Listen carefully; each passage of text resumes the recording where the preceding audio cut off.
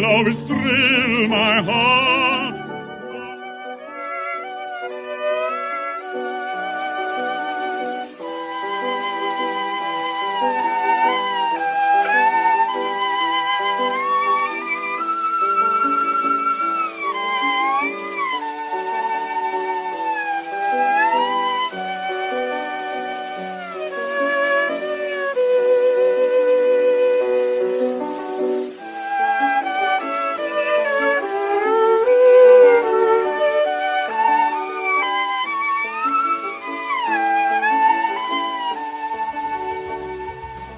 It's time now for Conversation Carte Blanche. Here is Bill Slatter. Good evening. For the next few minutes, Bill Stuckey and I, Bill, whose program you probably heard on Saturday night, Latin Listening Post, Bill and I are going to be talking with three gentlemen, the subject mainly revolving around Cuba. Our guests tonight are Lee Harvey Oswald, who is secretary of the New Orleans chapter of the Fair Play for Cuba Committee. It's a New York headquartered organization which is generally recognized as the principal voice of the Castro government in this country. Our second guest is Ed Butler, who is executive director of the Information Council of the Americas, which is headquartered in New Orleans and specializes in distributing anti-communist educational materials throughout Latin America. And our third guest is Carlos Bringuier, a Cuban refugee and New Orleans delegate of the Revolutionary Student Directorate, one of the more active of the anti-Castro refugee organizations. Bill, at this time, if you'll briefly background the situation as you know it. Thank you, Bill. First, for those who don't know too much about the background of the Fair Play for Cuba Committee, for the several years in which it's been in existence, it has operated principally out of the East and out of the West Coast and a few college campuses. Recently, however, attempts have been made to organize a chapter here in New Orleans. The only member of the group who has revealed himself publicly so far is 23-year-old Lee Harvey Oswald, who is the secretary of the local chapter of the Fair Play for Cuba Committee. He first came to public notice several days ago when he was arrested and convicted for disturbing the peace. The ruckus in which he was involved started when several local Cuban refugees, including Carlos Bringuier, who is with us tonight, discovered him distributing pro-Castro literature on a downtown street. And Mr. Oswald and Bringuier are here with us tonight to give us opposing views on the Fair Play for Cuba Committee and its objectives. I believe that I was probably the first New Orleans reporter to interview Mr. Oswald on his activities here since he first came into public view. Last Saturday, in addition to having him on my show, we had a very long and rambling question and answer session over various points of dogma and line of the Fair Play for Cuba Committee. Number one, the principal thing that they insist is that Castro's government today is completely free and independent and is in no way controlled by the Soviet Union. Another cardinal point of the Fair Play for Cuba Committee's propaganda is that Premier Castro was forced to seek aid from the Russians only because the United States government refused to offer him financial aid. And following another line, I asked Mr. Oswald if he had ever or was a member of the American Communist Party, and he said that the only organization to which he belonged was the Fair Play for Cuba Committee. Mr. Oswald also gave me this rundown on his personal background. He said that he was a native of New Orleans, had attended Beauregard Junior High School and Warren Eastern High School, had entered the U.S. Marine Corps in 1956 and was honorably discharged in 1959.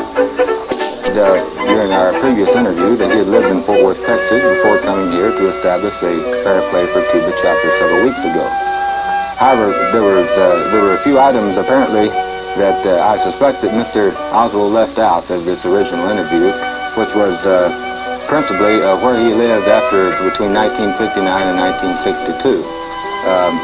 Mr. Butler brought some newspaper clippings to my attention, and I also found some through an independent investigation, Washington newspaper clippings to the effect that Mr. Oswald had attempted to renounce his American citizenship in 1959 and become a Soviet citizen.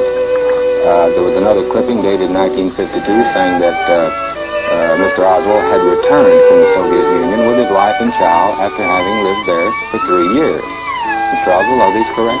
That is correct, yes. You did live in Russia for 3 years? That is correct, and I think the fact that I did live for a time in the Soviet Union gives me excellent qualifications to repudiate charges that Cuba and the Fair Play for Cuba Committee is communist controlled. Mr. Bringuier, perhaps you would like to dispute that point. Well, I want to know exactly the name of the organization that you represent here in the city, because I have some confusion. Is Fair Play for Cuba Committee or Fair Play for Russia Committee? Well, that is, of course, a very provocative and question. I don't think it requires an answer. Well, I will tell you why. Because before the communists take over Cuba, Cuba was at the head of the Latin American countries, and I can show you that in Cuba, in 1858, every 37 persons has an automobile, and in Russia was 200 persons for one automobile. In Cuba was 6 persons for one radio, and in Russia was 20 persons for one radio. In Cuba was one television set for 18 persons, and in Russia was 85 persons for one television set. And in Cuba was one telephone for every 38 persons, and in Russia was one telephone for every 580 persons.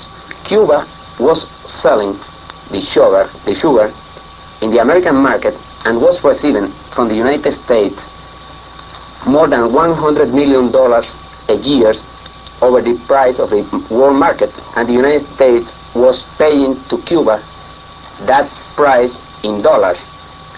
Right now, Cuba is selling the sugar to Russia. Russia is paying to Cuba 80% in junks, in machinery from Russia, and 20% in dollar.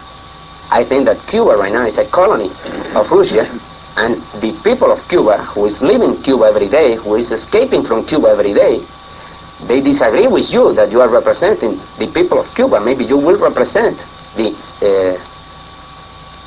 colony of Russia here in this moment, but not the people of Cuba. You cannot take that responsibility. Well, in order to give a clear and concise and short answer to each of those, well, let's say questions, I would say that the facts and figures from a country like Pakistan or Burma would even reflect more light upon Cuba in relation to how many television sets and how many radios and all that. This I do not think is a subject to be discussed tonight. The Fair Play for Cuba Committee, as the name implies, is concerned primarily with Cuban-American relations. How many people do you have in your committee here in New Orleans? I cannot reveal that as secretary of the Fair Play for Cuba Committee. Is it a secret society?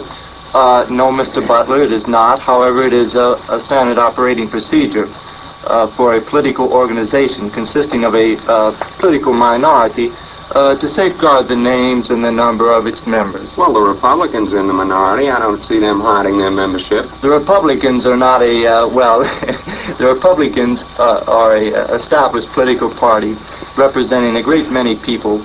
They represent no radical point of view. They do not have a very violent and sometimes emotional opposition as we do. No, I see.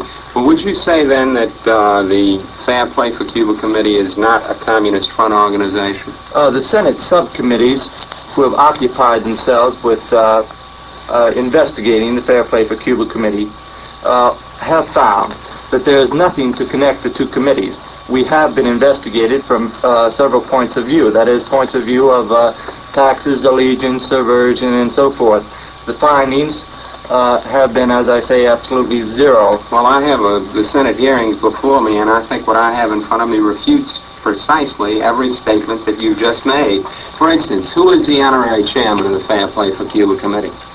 The honorary chairman of this committee, the name of that person, I certainly don't know. Well, let me tell you, in case you don't know about your own organization. No, I know about it. His name is Waldo Frank, and I'm quoting from the New Masses of September 1932. The title of his article is How I Came to Communism, a Symposium by Waldo Frank, Where I Stand and How I Got There. Now let me ask you a second question.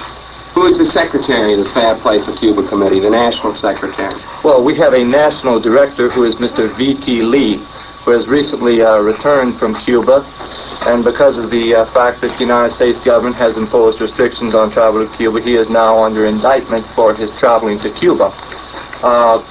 This, however, it's very convenient for rightist organizations to drag out this or that literature purporting to show a fact which has not been established in law. I have said that the Fair Play for Cuba Committee has definitely been investigated. That is very true. I have also said that the total result of that investigation was zero. That is, the Fair Play for Cuba Committee is not now on the Attorney General's